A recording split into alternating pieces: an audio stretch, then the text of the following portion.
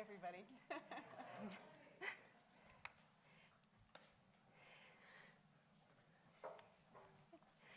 Greetings, everyone. Thank you so much for joining us on this very cold and wet evening.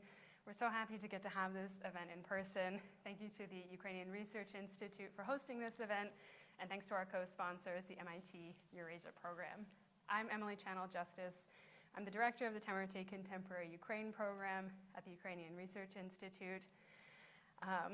You may know that last year we were lucky enough to host Ambassador Marie Yovanovitch as our keynote lecturer for the Temirtay Contemporary Ukraine Programs Conference that happened just weeks before the full-scale invasion. Going back to that conversation is a very interesting experience, and thinking about all the things that we were optimistic about then that unfortunately we were wrong about, but some of the things and some of the themes that we talked about then have still resonated. So you all know Ambassador Marie Yovanovitch. She was a senior fellow, or is a senior fellow at the Carnegie Endowment for International Peace and a non-resident senior fellow at the Institute for the Study of Diplomacy at Georgetown University. In addition to serving as U.S. Ambassador to Ukraine from 2016 to 2019, she also served as the ambassador to the Republic of Armenia from 2008 to 2011, and the Kyrgyz Republic from 2005 to 2008. I'm not going to read too much more from her biography because it's all published on our website, and you can read much more about her tenure as ambassador in Ukraine, as well as her experience in other countries around the world, including in Russia, but also in UK and Somalia, in her memoir, which we'll be talking about some tonight, as well as talking more about the situation in Ukraine. So let's talk a little bit generally about your experience in the Foreign Service. You've had a lifelong career, and you faced a variety of kinds of adversity over that long career. You talk about this a lot in your book. So whether it's not getting the kind of assignment that you hoped for, or the difficult posting in Mogadishu, which was absolutely fascinating to read about, how do you think these challenges prepared you for your future service? Well, thank you, and it's just a pleasure to be here tonight. And I'd like to add my thanks to Emily's for all of you coming out on a really cold and miserable night. So, when I think about my career, I really don't regret any of it because, as I think, many of you know yourselves, you learn the most when things are, the hardest. You learn the most from your mistakes, not from, successes when everything's going smoothly and you're not so introspective and so forth. So, some of my early postings were challenging in different kinds of ways. But I think what I learned there was that you need to persevere, that often you don't succeed the first time. So I think about joining the Foreign Service, which had been, kind of a dream since high school, although I didn't pursue it until I was in my mid-20s. And I failed the first time I took the exam. And so, you could say, well, I guess I failed, the gods are telling me something. But that's not the message I heard. The message I heard was I needed to try again. And I did pass the second time, and I did enter the Foreign Service. And I think that's true for a lot of things, certainly in foreign policy, where, I think all of us would like to be, every tour you have, every country you're posted in, you come through with these big accomplishments. But I think diplomacy is, and sometimes you are present at the creation. You are present for those really big accomplishments that are kind of the, set the new standard, and that's really exciting. But I think mostly diplomacy is what George Shultz, Ronald Reagan's Secretary of State, called tending the garden. And it's not very exciting work. It's, for those of you who are gardeners or who enjoy gardens, it's every day you need to be in that garden, and you need to be tending the flowers and making sure that the beautiful ones are thriving and that the weeds are being yanked out so they don't strangle, the beautiful flowers. And it's kind of painstaking daily work. And if you don't tend the garden for several days, several weeks, several months, your garden will let you know. And I think the same thing is true with relations, between people, and certainly between countries, where what we're trying to do is to develop good relations, obviously, with everybody, to find out what's happening in that country so that there are no surprises, so that if there's going to be a change of government, we we not only know in advance that there's going to be a change of government, whatever way that change of government comes about, but also that we are in touch with the people that are coming into that new government, so that the U.S. Always has open lines of communication with, with some exceptions, the full spectrum of political parties and political actors in a particular country. And the same is true, that's with, of course, our allies and our partners, but the same is also true with adversaries, where you want to have open lines of communication, even if it's sometimes difficult, but you want to be able to speak clearly and to the extent possible openly. And that is, kind of painstaking work and requires, again, perseverance. And I think that's what I learned in my early years. Well, you certainly needed that lesson when you became ambassador, because I wanted to ask a couple of questions about specifically your tenure as ambassador in Ukraine, because of course this comes in the wake of the 2014 invasion, first of Crimea, the annexation, and then Russia's first invasion of eastern Ukraine. And I've thought about this question a lot, and I've asked a lot of different people this same question. Whether or not, in hindsight, Ukraine's Western allies should have done more. From your perspective as a diplomat, could Ukraine's allies have done more in 2014 when that first invasion happened? Do you think that the February 24th invasion could have been prevented? And do you think more allies would have supported a stronger response if the U.S. had led the way? I think we should have been stronger in our response in the past. And that doesn't take away anything from the strong response that the U.S. and allies and partners are exhibiting right now. I think that's really commendable and necessary. But I would go back even further, Emily. When I think about Russian history, but we'll limit it to Putin's time as the leader of Russia. So he came into power on the back of a brutal campaign in Chechnya. Now, that was an internal war, but that was brutal, and he killed thousands of people living in Chechnya, and interestingly, not just Chechens. Many of them were Russian pensioners. And on the back of that, he became the first. He won his first term as president of Russia, and to the best of my knowledge, we were, the international community was quite silent on that. I mean, maybe there were some backroom conversations, but there wasn't a lot of discussion about it. Basically, I think it was considered to be sort of an internal issue, and basically Putin got away with that. And then you fast forward to the Georgia War in 2008, where Russia grabbed 2 hunks of Georgia, and there was some mild criticism, and there was, but there were no sanctions, and then there was a change of government in the United States. And we wanted to have a reset. We pursued that policy, and a lot of good things were done. But basically, Russia kind of got away with the Georgia invasion, too. And then you fast forward to 2014, where there were sanctions. But I would add that the sanctions started when the Malaysian flight went down in the summer. So the invasion was in February, as you'll recall, of 2014. But these sanctions actually, although there have been discussions, the sanctions kicked in the summer, and that was because so many Europeans, so many Dutch people died on that flight. That was the precipitating event. But there were sanctions. They were painful for Russia, but they, as it turned out, were not painful enough. And I think what Russia felt after that was that it could absorb that. It kind of regrouped, and they kept that war going as kind of a low-level intensity war. Although, for my time in Ukraine, I got there in 2016, 2 or 3 Ukrainians died every week. Sometimes it was military people, sometimes it was civilians near the front lines. I mean, that's significant. And so that war continued until 2022, when it intensified to, the full-scale invasion of Ukraine that Putin fomented. And I think that, clearly, in retrospect, Russia was regrouping, rearming, taking a look at what was happening In Ukraine, in Russia, in the West, I think Putin made three really serious miscalculations. The first was that, according to his belief, Ukrainians are not a distinct people with a distinct culture and a distinct language. That the second miscalculation, and that they wouldn't fight back, that they would welcome a Russian invasion.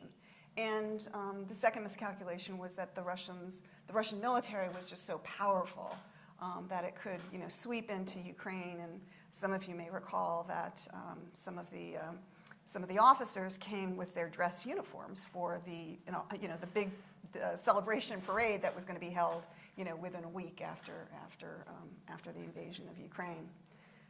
And then the third miscalculation was his miscalculation about the West. I mean, I think he looked at the United States.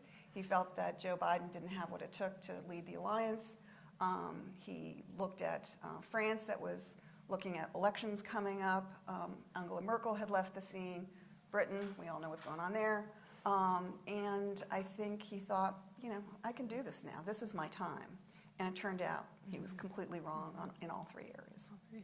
Yeah, so we will certainly come back to more questions about February 24th, and I'm sure you all have a lot as well. But one of the things that I was really fascinated learning in your book is about this balance of thinking about all these global powers with different aims and different interests and different stakes, and as a diplomat trying to balance all of those at the same time that you were always working, whatever tenure it was in, on domestic reforms within that country.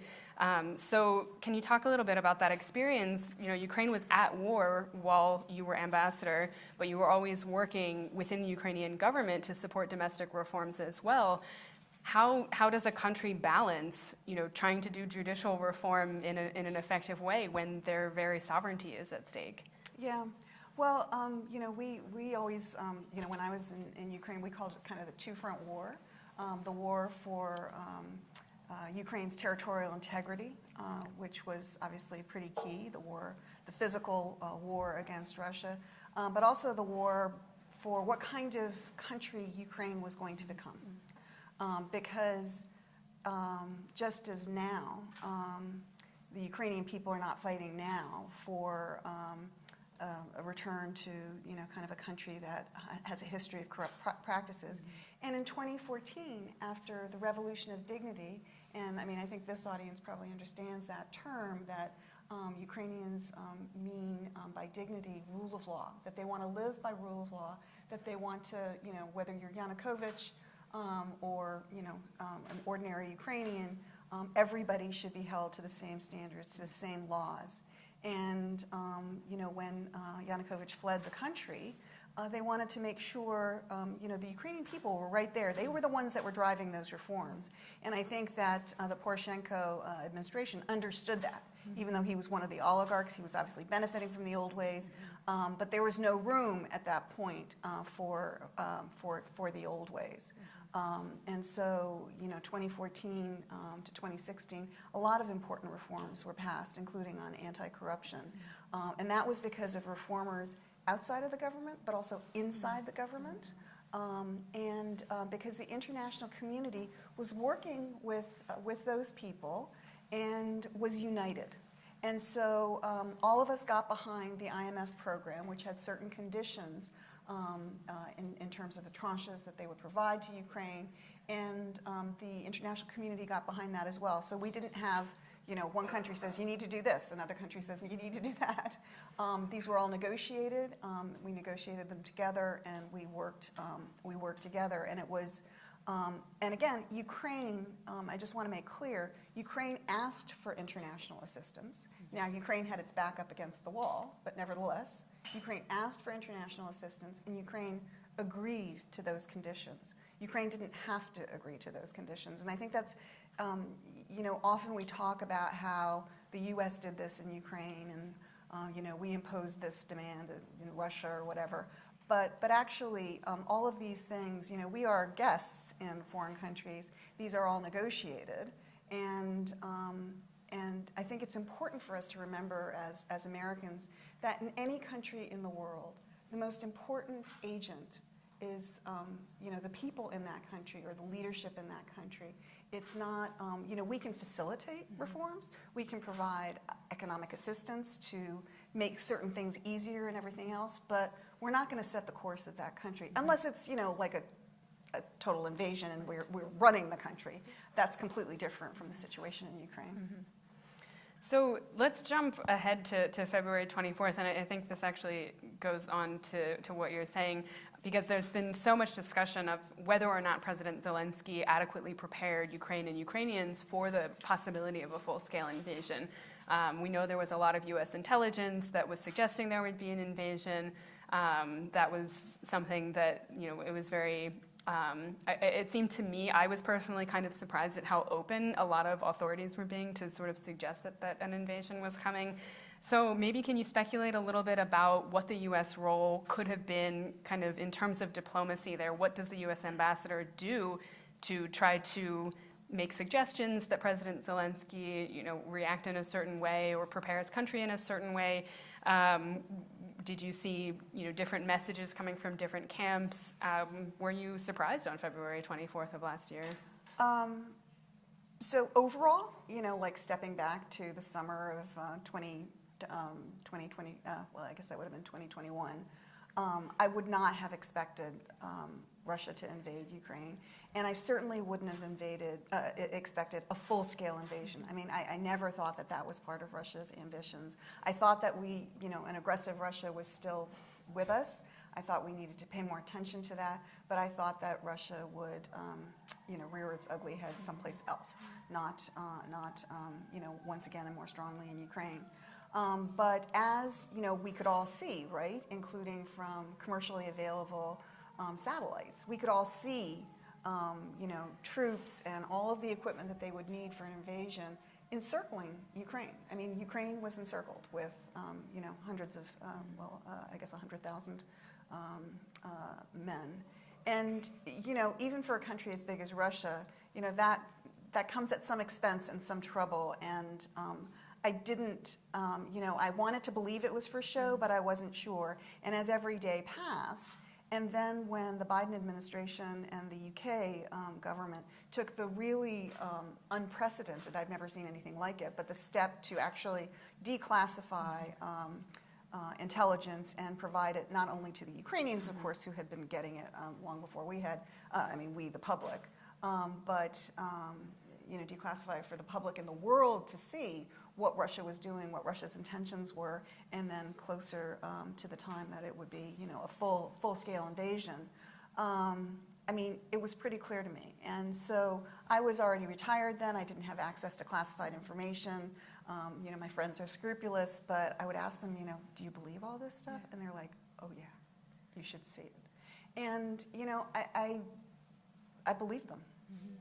And so it was a very frightening prospect for me, and it was concerning that, Zelensky, who I understand, was concerned about the Ukrainian economy, that, if you start talking about war, that's never great for an economy, and he was worried about how disruptive it would be, not just to the economy, but to the Ukrainian people and their domestic situation there.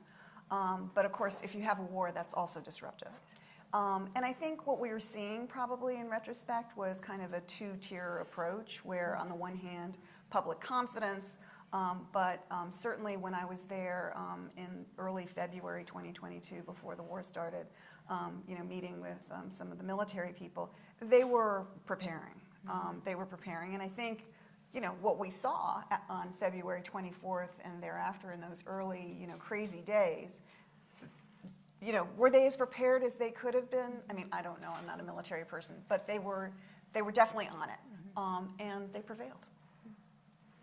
Yeah, which has really been something, we've been talking about, obviously for this whole year, this amazing response from Ukraine, and the Ukrainian military, first of all, but also ordinary Ukrainians who have all rallied behind Ukraine to, just fight for their country's right to exist, right? So as we're looking toward the future, because we have to sort of start thinking about what Ukraine will look like after victory is achieved, which we hope is very soon. a lot of people are talking about what that, and you also mentioned this, in the wake of the Euromaidan, people are thinking about what kind of Ukraine that they want to live in. So if we're thinking about what kind of Ukraine we want to see in the future, what kind of priorities does Ukraine have, and how do we make sure, first as U.S. diplomats coming from this USN, but how does Ukraine also make sure that they're rebuilding institutions with these kind of transparent processes in mind? How can fighting corruption be kind of become more endemic in the system rather than an anomaly that only happens sometimes? How would you go about thinking about some of those reforms? Well, I think the most important thing is, what you just said, which is Ukrainians need to decide these issues. These have to be, decisions by Ukrainians for Ukrainians, and we in the international community, whether it's an international financial institution or a country or the UN, we have a role, but it's not the primary role. And I think, again, we need to remember that and be a little bit humble that Ukrainians need to be the agent for their own future, for their own changes. And I think the Ukrainians have taken the first, I don't know if it's a first step, but an important step already by agreeing with the EU to move down that membership path. So the EU, as you know, I mean, that's a long and complicated and in some cases very rote process of, changing regulations here and there to harmonize practices, et cetera, et cetera, et cetera. But it also has, the EU also has some really important conditions like, getting serious on corruption and fixing the court system, which has been a hardy perennial in not just Ukraine, in many countries in that part of the world, where the judges are still not independent actors. And they really need to be, not only for rule of law in Ukraine for Ukrainians, but also for investment, both foreign and domestic, because companies don't want to invest in countries that don't have a court system that, that works, where you can, if there's a dispute, you can go to that court and have a fair shake at getting a fair result. I think that's a really important step that Ukraine has taken. I know many Ukrainians are very impatient that they just move along with this process, and surely Ukraine deserves to be expedited to membership. I don't think that's going to happen, and so I think that the smartest thing and the most efficient thing for Ukraine to do is to get on with making these reforms. And that is really hard, always. I'm sure it's harder in a time of war, but it has to happen. Because again, I think the Ukrainian people, from my understanding of the Ukrainian people, they don't want to live in a future that was like the past, where they're just making oligarchs richer. They want to live in a Ukraine that is ruled by rule of law, that is, the product of their European history and their European future. Mm-hmm. Yeah, I think that's the way forward, I hope. I do want to talk a little bit about U.S. politics as well, because we have seen, well, first of all, let's say we can really commend the U.S. for supporting Ukraine with a lot of aid, not just military aid, but humanitarian aid. And President Zelensky came to the U.S. Congress a few weeks ago. There's been a very united front in Ukraine's Western allies. So I want to make sure we recognize how important all of that is. However, we have seen a couple of alarming trends since, in particular, since President Trump's entrance into the U.S. presidency, and after that there's been a greater questioning of bipartisan support for Ukraine, really for the first time since Ukraine's independence. And even more recently, we've seen more fracturing in the Republican Party for support, and in the Democratic Party, to be sure, as well. But we've seen, people, Republican representatives, basically parroting Kremlin talking points about Ukraine. How do we, as people who presumably in this room we care very much about Ukraine, what can we do to keep advocating for Ukraine? How can we make sure that our representatives, continue to support democracy and sovereignty around the world, and in particular in this case of Ukraine? So that's a really important question, and the first thing I would say is that obviously, I mean, we're all seeing the same trends, right? But I am a glass half full kind of a person, and you know, since independence, there has been a bipartisan consensus to support Ukraine, and I think that consensus still exists. Granted, there are some voices, some loud voices that perhaps are not as supportive. But you know, when Speaker McCarthy says things like, we don't want to write Ukraine a blank check, well, you know, I don't want to write Ukraine a blank check either. And so, you know, one has to kind of parse some of the sentences, I think, and some of the statements. And what I hope that statement means is, you know, we want accountability for our funds. We always want that. We want to make sure our money is going to where, you know, our weapons are going to what it's intended for. And I was at the embassy in September of last year, and I asked this question of the ambassador, and she said she's very confident that everything is accounted for. Now, do we count every bullet? No, we don't count every bullet. But there are certain kinds of weapon systems, certain things that we, by law and because of their sensitivity, we track very, very closely, and they are very confident that they know where these things are. So, I mean, I think that's the good news. And the Ukrainian parliament has been very, and government, but also the parliament, you know, in talking to their counterparts here in Washington, have been very open about, you know, what do you need to feel satisfied, to feel confident that Ukraine is being a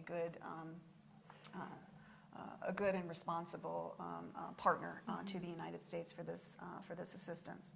So I guess that's one thing that I'm hoping that that this goes in that same direction of accountability, responsibility, and continued support for Ukraine.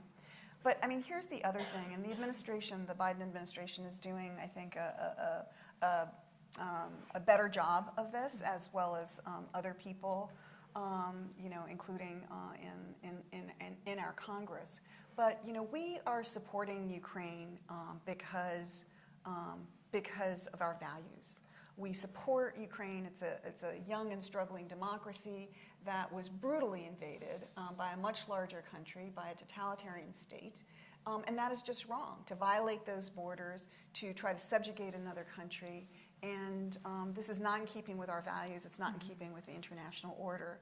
And that is where it also becomes a matter of our interests.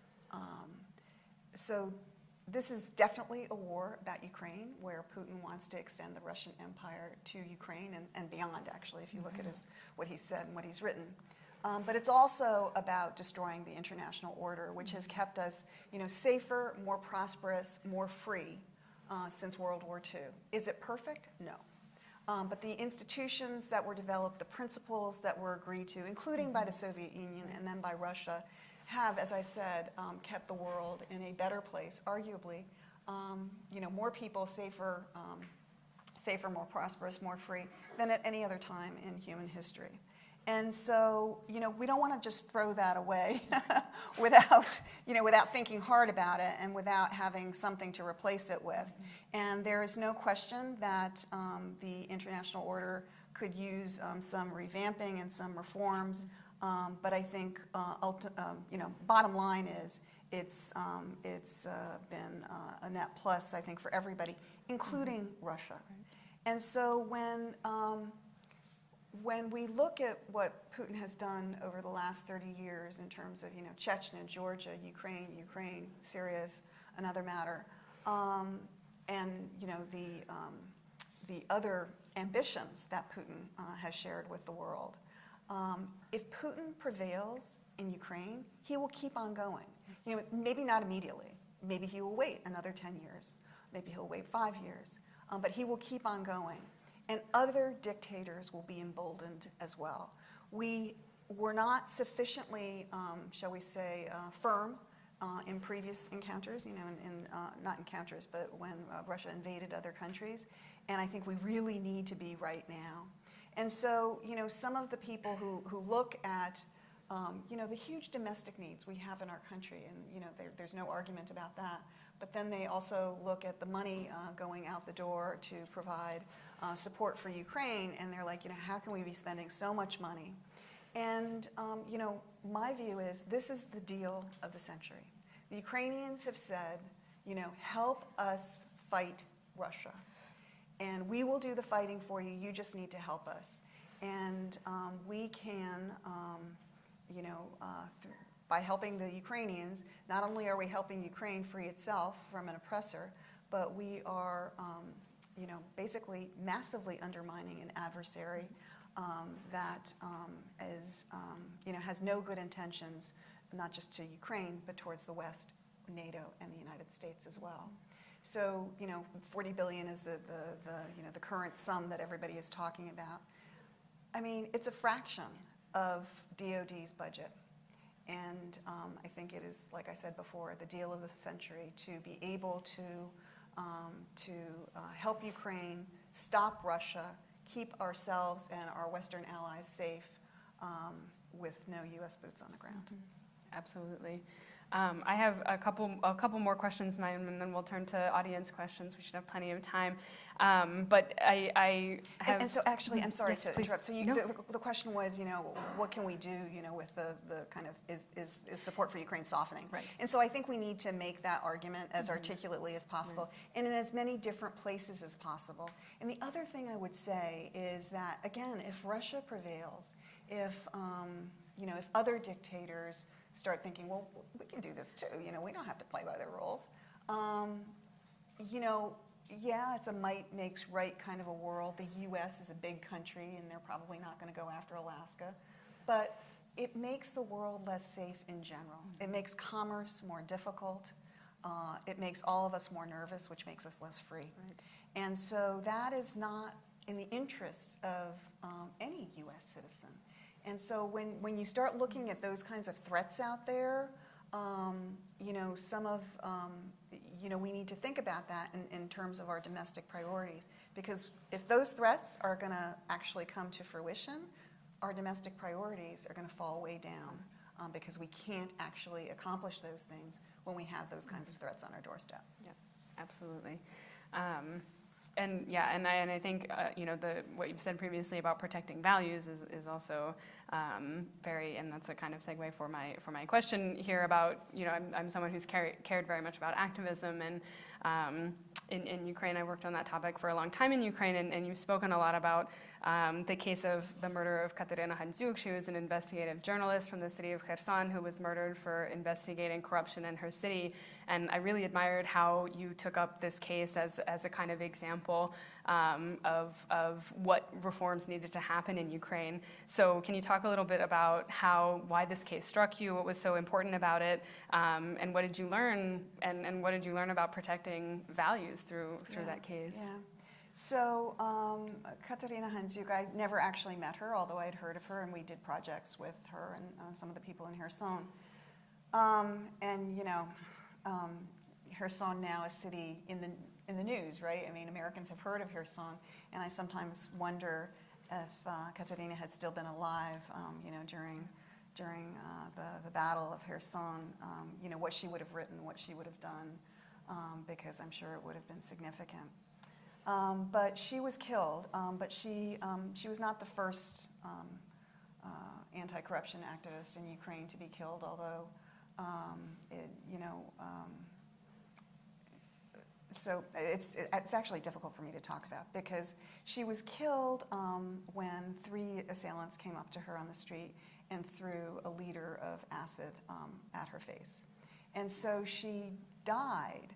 And she died a lingering death over 4 months. I mean, she wasn't just killed with a bullet to the head, as cruel as that would have been. It was a message to her to stop, but it was a message to every activist in Ukraine to stop. And so, you know, again, we are guests in Ukraine, but we, you know, the United States, the G7, other organizations can put out statements calling for investigations and various other things. And, you know, the Ukrainians just delayed and delayed, and, you know, over time it became apparent that there was not a serious effort, that Lutsenko, the prosecutor general, was slow rolling all of this, that the people she was investigating were tied not only to Poroshenko's party, but to Tymoshenko's party. It was really ugly. And so what we decided to do, and this was unanimous within the embassy, we have these awards that we give out annually, and this one award is called the Women of Courage Award. And we decided to give it to Katerina Handzyuk. It's also, you know, the State Department gives one, you know, for one or two people all over the world. And so we nominated her, but it turned out there was a rule that you couldn't give those awards out after somebody dies. And so we just did an event at my residence, the ambassador's residence, and invited, you know, everybody from law enforcement, from the parliament that was following these kinds of things, from the government. Zelensky had just been elected, so we invited, you know, not only the Poroshenko people, but also the new Zelensky people that we thought would be, you know, in this space. And, you know, her father accepted this award on her behalf. And so I think that's something that a foreign government can do to honor people who are fighters, who are activists for the right purposes in their country, and remind, you know, the host government that they need to keep on doing something. And because, you know, not only to bring justice to Handzyuk, her family and her friends, but also to show solidarity with the activist community who are frightened when they see something like this. I mean, you know, if you're an anti-corruption activist in Ukraine, you are a special breed of person. But you need support. Even people who are ready to risk their lives need support. And embassies can sometimes provide a little bit of that support. If you shine the spotlight, if you let people know that you know these people and you're watching what's happening with these people, I think that can be helpful. So just actually two little postscripts on that. One is that the person who we had awarded the Women of Courage Award the prior year to was Alexandra Matvichuk, who is going to be the keynote speaker at the conference that you are holding next month. So you all are in for a real treat. I mean, this is a young woman who is just burning up, you know, the runway in terms of everything that she is doing in Ukraine. She's now, to give her a little bit of a pre-introduction, she is now working her organization, human rights organization, is working to document the human rights violations that Russian soldiers are committing in Ukraine. And she is committed to bring justice to every single Ukrainian who has been killed, who has been tortured, who has been violated, who has been kidnapped, including the many children who have been kidnapped and sent to Ukraine, and they will never know that they had, you know, a family in Ukraine who loved them, that they were Ukrainian themselves. They will forget the Ukrainian language, except for people like Alexandra who are going to make sure that that doesn't happen. And so you all are in for just a real treat. And oh, by the way, footnote, she just got the Nobel Peace Prize. So she's just an amazing person. But the other footnote that I wanted to say is, at that event that we held in Katerina's honor, there was the deputy prosecutor general wanted to speak to me, and so we agreed that we would speak later in the week. That didn't actually happen, although the conversation did happen with my deputy. And that individual was Yevhen Yenin, who died yesterday in a helicopter crash. He was the deputy minister of Interior. And so, you know, I mean, all of these things come around sometimes in tragic ways, sometimes in really hopeful ways. Yeah. Thank you for those two additions. I have just one final question that is connected to this. Your role as a representative for a woman who is advocating, you know, not only for all these things that we've talked about, but for women also as well. You talk a lot in the book about the challenges you faced as a woman in the Foreign Service. So I wanted to ask 2 questions about this. What's the best advice that you can give to women who are trying to find their place in this type of field or in any field? And then what are other ways that you would like to see women who are already in positions of power help lift up other women as well? Yeah, so, I don't think there's a magic bullet, sadly. I think that it's the same as it is in every, what I would imagine in every field, which is you need to work hard. You need to work hard, you need to, pay your dues, you need to be innovative and creative when it comes to solutions. You need to, play well in the sandbox. You need to, all of those things that your mom told you. You actually have to do those things in order to be successful, I think, in the Foreign Service and in life. I would say, though, that sometimes hard work and, being a good citizen isn't enough. I think that you need to be lucky, too. You need to sort of be in the right place at the right time where your set of characteristics and strengths actually meet the need, and so you get that job and you can show your stuff and you get promoted and you move on to the next thing. And sometimes the luck isn't there and you have to wait a little bit longer. So you need a little bit of both. The last thing I would say is sometimes the luck isn't there, and so one needs to follow court remedies, and we probably don't have time to talk about that, but that is something that I was able to benefit from, even though I didn't actually institute the court case myself. I think sometimes institutions are so conservative, so unwilling to change. In the case of the State Department, they fought a discrimination case against women for over 30 years, every step of the way, and only provided remedies when they were forced to by a court of law. And so I think sometimes one needs, a court system that works to make our institutions live up to our ideals. And so that can also be a way to move forward, not the easiest way, I would say. The last thing about how can we help other women move up, other women and also other men. I think all of us need a hand across generations, a leg up. I think it's important to be generous with one's knowledge, with one's advice. Looking to spot talent and to try to put people in those right places where they will flourish and be good officers and kind of be happy themselves, but also really contribute to the system. And when I was coming up, people often ask me, who were your mentors? And when I was coming up, mentors, that wasn't even a word in the 1980s as far as I know. It certainly wasn't a concept that I was familiar with. But when I wrote the book, I realized that there were people looking out for me all along the way, and they tried to help me along the way. They shared their knowledge. They put me in places where I would get broader experience, and I think that's what we all owe the next generation. Absolutely. So we have about 20 minutes or so for audience questions. So if you'll put your hand up, Megan will come around with microphones. If you don't mind, please make sure that you have a microphone in hand because we're streaming and we want our live stream audience to be able to hear our questions. And if I could also ask if people could identify themselves. Mm-hmm.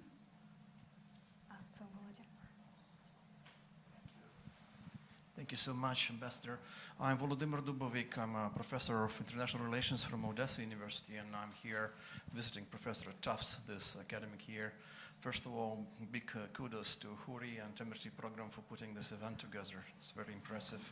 Second of all, Ambassador, I should say that thank you for your professionalism, your integrity, and I should say that many of us in Ukraine, we are really going to have this lasting memory and left legacy, a positive and lingering one in Ukraine, so thank you. That being said, of course, Ukrainian-American relations have ups and downs. And one year, which was not necessarily very good, was 2019, and you're aware of that. And I think that some of the things that we are living through, and Emily actually alluded to the issues of why Ukrainian leadership didn't heed to some of the warnings by Washington in the months coming up to February 24th. And I think the roots of this is really in a lack of trust and the trauma, a lingering trauma that was left with Zelensky and his team by events of 2019. So because if we revisit the events, you have a new president who is mature, who just coming to power, and he is immediately stuck with this terrible, forceful pressure and blackmail. So that taught him forever, I'm afraid, that Americans can be not trusted, that they can play their games. So that's, to me, so someone who is actually studying US-Ukraine relations for a number of years, I think that's one of the explanations. And I'm afraid that this trust is not fully recovered, even now after almost a year of unprecedented working together during the massive Russian aggression. What do you think? Is this really the problem of trust also in your view, what happened between October of 21 and February 24th of 22? And are we gonna see when Washington and Kyiv would fully see eye to eye and that lingering trauma that was left by that blackmail of Trump people on Zelensky and his team would ever, kind of vanish from the agenda and the spirit of bilateral relations? Thank you. Yeah. Well, I'm no longer on the inside, either in Ukraine or in the U.S. So, I'm not sure I'm well placed to answer that question. But I completely agree with you that 2019 was a bad year. It was certainly the worst year of my life.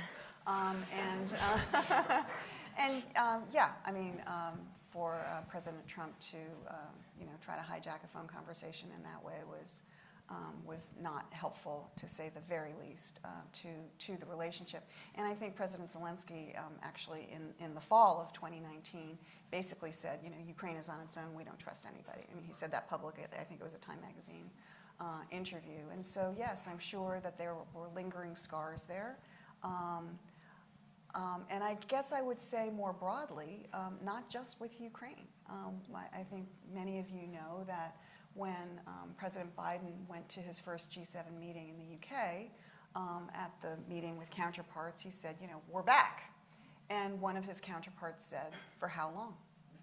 And, on the one hand, maybe that's an unfair statement. On the other hand, trust takes years, decades, a lot of actions to establish, and it can be destroyed in a minute. And so the U.S., I think, has done a lot of work under the Biden administration to try to rebuild that trust with allies and certainly with Ukraine as well. And I'm sure you're right. More work needs to be done. And I would give a case in point where, I think that since the beginning of the Biden administration, the president put a huge emphasis on rebuilding ties with European allies. And I think that really paid off when Russia invaded Ukraine. And so the Biden administration was criticized very heavily for, why didn't you start sanctions earlier than the invasion? Why didn't you ship weapons earlier than the invasion so, Ukraine would be all ready and Russia would be punished in advance?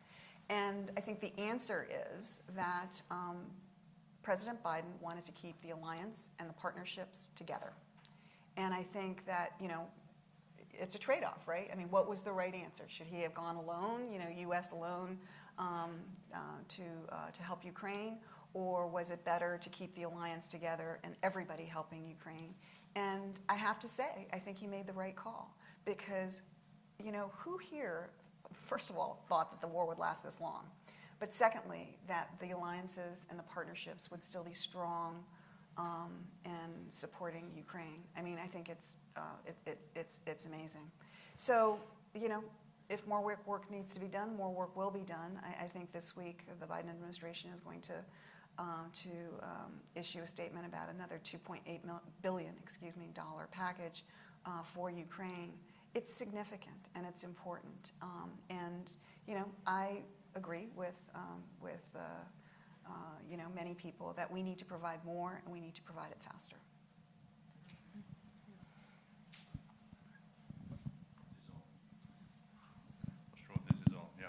Hello, my name is Robin Norton. Thanks so much for coming. And I'm not an academic, as will be clearly obvious in a minute. Neither am I. So I had a question on your discussion of world order, which I realize is derivative, and sanctions. And it seems to me there are unintended consequences of some of these things. And I wondered what your opinion was on the effect on China in a global international relations. India, which seems to be buying as much Russian oil as possible, the Iranian situation, and also I see the South Africans are now doing military maneuvers with China and I think Russia. So I was just interested in that sort of what Kissinger called realpolitik, I think. Mm-hmm. Thank you. Yeah, well, there's no question that it's a dangerous world out there. And, when we sort of congratulate ourselves and we talk about how, alliances and partnerships are kicking in and how great it is, that is true, but it's not the full story. And when we talk about how Zelensky is totally trashing Russia, the greatest communicator ever, all the memes and all the things that he's saying, that is true, but it's not the whole story because it's not what's being featured in other parts of the world, including the global south, for lack of a better word. Russia and China are, they're not sitting around waiting to see what's going to happen. They're out there. They are pursuing their interests. They are, providing economic packages. They are selling their weapons. And frankly, my own view is we need to be more present. We need to up our diplomatic game. We need to be there. I mean, you look at Lavrov. I mean, he'll spend like weeks in Africa, going to every country, spending time in every country. Again, I think Secretary Blinken is actually doing real work in important places and everything else. But we have opportunities in Africa and in other places, some of the other places that you mentioned, and we need to do more to be present and to be, the kind of, I was talking earlier about relationships and, keeping those relationships going. We need to be looking in our tool bag to find out, are there economic packages we could offer? What are the sorts of things we could offer countries beyond, a meeting with Secretary Blinken? I thought that the Africa summit that President Biden hosted in December was actually a really, really good step. We need to be doing a lot more of that. We need to be present and we need to be engaging in ways that countries understand, because it's, the U.S. has a lot of limitations in the way we provide economic assistance. We don't generally write out a check to a country. In fact, we don't do that. And we very rarely provide assistance, infrastructure assistance, building roads and things like that.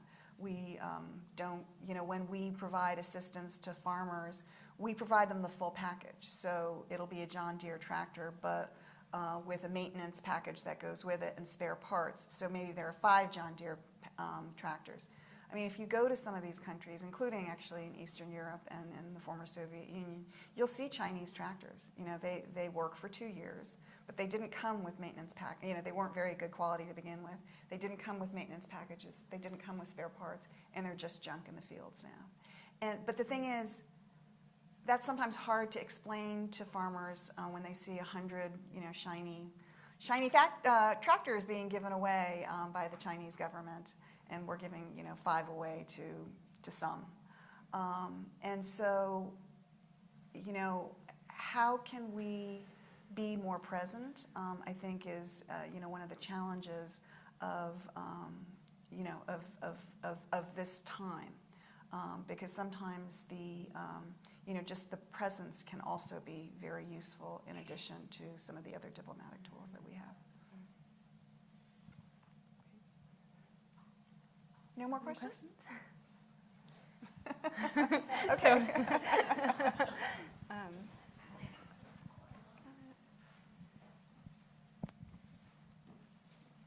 Hi, thank you so much for coming to speak to us. I was just amazed back in 2019, your, how you went before, the U.S. and doing everything in your power, to defend the U.S. I have a question. If you were to look a year from now, Belarus, Ukraine, Russia, where do you think we might be? Yeah, that's a really good question. I guess my own view is I think this war is going to go on for a while. I don't think there's going to be a quick end to it. And that's part of the reason that I say that we, the West, needs to provide more to Ukraine and more quickly, because I do believe that Ukraine will prevail, but at what cost? We can make that cost less, I hope, by providing more assistance more quickly. But even with that, I think it's going to be a grinding war for quite some time, because the Ukrainians, they have no other choice. They saw after Bucha and the horrific things that the Russians did in Bucha, they saw that this was a war of annihilation, that Russia wanted to kill Ukrainians and moreover, kill the Ukrainian culture and language. If they stop fighting, they will still be killed. So Ukraine has no choice, and Russia, I think, is not ready to give up. And so we need to keep on making that the price to Russia for its illegal and aggressive actions as high as possible so that it will stop. But I think it's going to take some time.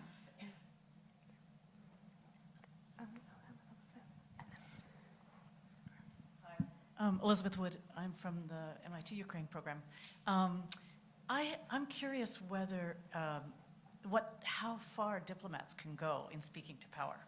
And I remember at the very beginning of the war, Mr. Kuleba in Kyiv said, look, Putin made up all these reasons for the war. He's going to have to make up the reasons to end them, to end it. Giving Russia an off-ramp and helping Russia is not going to be the solution. But is there anything diplomats can say in situations like this to dictators that could sway Mr. Putin and say, look, this is really a tragedy, a horror, et cetera, et cetera. Considering your experience with other diplomats, what if we were writing letters to the editor, op-ed pages, what would we say to Mr. Putin to say, just give up already? Yeah. I mean, I think in principle, yes, the short answer is yes. I think Putin is a special case, and he's very isolated, clearly, including from his own head diplomat, Lavrov. And so I'm not sure that foreign diplomats, including, Bill Burns, who I think has as good a relationship with Putin as anybody does, Bill Burns, who was a former diplomat and now is head of the CIA. Yeah, I mean, I'm just not sure that Putin is reachable at this particular moment in time. What Putin wants is, he says he wants negotiations, but what he wants is to talk directly to the United States, not Ukraine. He wants to talk to the United States about Ukraine, and he wants it all on his terms. I mean, keeping the lands that he has conquered illegally, and that's just not the way negotiations actually work. And the U.S., I mean, I have to say, President Biden has been very principled in that, nothing about Ukraine without Ukraine. We used to say at Embassy Kyiv when I was there, I don't know if they still do, that if you're not at the negotiating table, you're on the menu. I mean, Ukraine has to be there.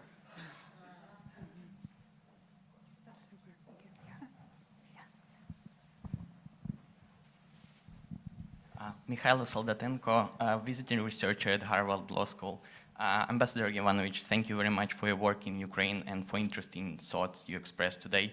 I have a question regarding the difference of the policy of the Obama and Trump administrations. It seems like the Obama administration publicly condemned Putin a lot, but at the same time had some limits on providing support to Ukraine, probably for fear of escalation. At the same time, Trump expressing all compliments to Putin. At the same time, people in the administration and started to support Ukraine with the lethal weapons, and the sanctions against the Nord Stream 2 were introduced. So, and Fiona Hill said that this was not because of Trump, but despite Trump. But what is your opinion? How the position of the United States changed, and why the United States started to increase support when Ukraine was not in such a critical position as in 2013? Yeah. I think you're right. I think the Obama administration was concerned about escalating and being provocative to Russia. I think that was President Obama's view, and he's the president, he gets to make the foreign policy. But I think that what we know, and I was not involved in these discussions, I wasn't ambassador yet, what we know is that, pretty much everybody in the administration wanted to provide javelins to Ukraine. And that feeling continued into a Republican administration. And I would agree with Fiona that this was despite Trump. There were many high-level efforts of, sort of the Secretary of Defense, the Secretary of State, the NSC, head of the NSC, kind of corralling the president, saying, we really need to do this. But what's interesting to me is that, the javelins became a symbol. So in the early part of the war in 2014, 2015, this was a tank war. Tanks coming across a flat area in eastern Ukraine where they are fighting again and where tanks are again being used. And so javelins, which are basically anti-tank weapon systems, were, they became a symbol of, something really important, a defensive weapon that could be provided to Ukraine, because you don't use javelins to attack a country, you use it to attack the tank that is coming against you. And so by the time that we actually provided that first tranche of javelins, so I think President Trump agreed to that, the end of 2017, and they finally got to Ukraine sometime in the late spring of 2018, it was no longer a tank war. It was actually a sniper. It was, the World War I-like trenches on either side of the line of, the line, and there were snipers on both sides, and that is where the action, if you want to say, was. It wasn't, with tanks, because tanks had withdrawn. Now, of course, they are very important again, and we are providing those javelins. It's interesting to me because one of the things that when I was ambassador to Ukraine, when I arrived in August of 2016, Obama was president. Trump was elected in November, and I thought, do I want to be President Trump's ambassador to Ukraine? Because you own that, right? If you are representing America and whoever the president is. And so I won't go through my whole thought process, but one of the things I asked myself is, are we going to keep the same policy? Or are we going to strengthen the policy? And in February, we had an interagency meeting on the policy for Ukraine, and it was the same. It was the same as the one under Obama. And so, I felt pretty good. I could defend that. And then over time, we kept on coming back to the javelin issue, and in the end, we were able to get that across the threshold.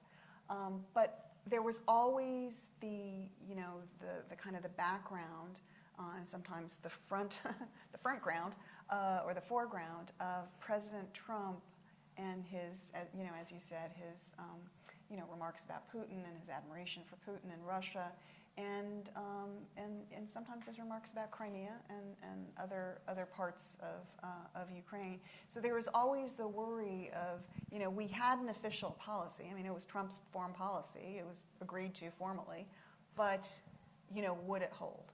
There was always, at least for me, there was always that nagging doubt. And I think the Russians obviously played on that, and it made the Ukrainians very nervous.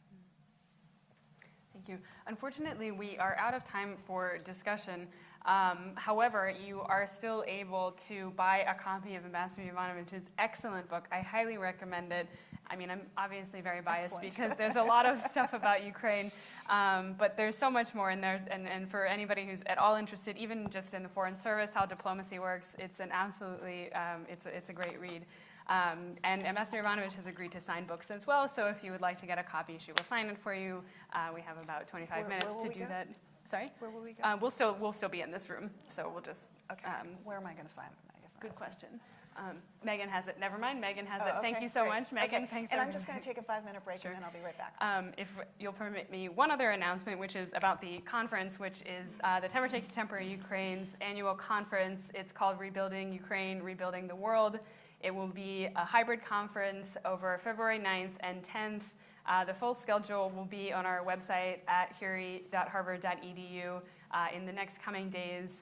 Alexandra Medvedchuk will be the keynote lecturer. She'll be giving an in-person lecture on February 9th. So it's open to anybody who would like She's to terrific. register. She actually spoke at the very first conference in one of Oh, the really? panels, so it was a very different topic and kind of very different area. But we're really looking forward to having her, and I would love to see all of you there. But for now, please join me in thanking Ambassador Yovanovitch for her time.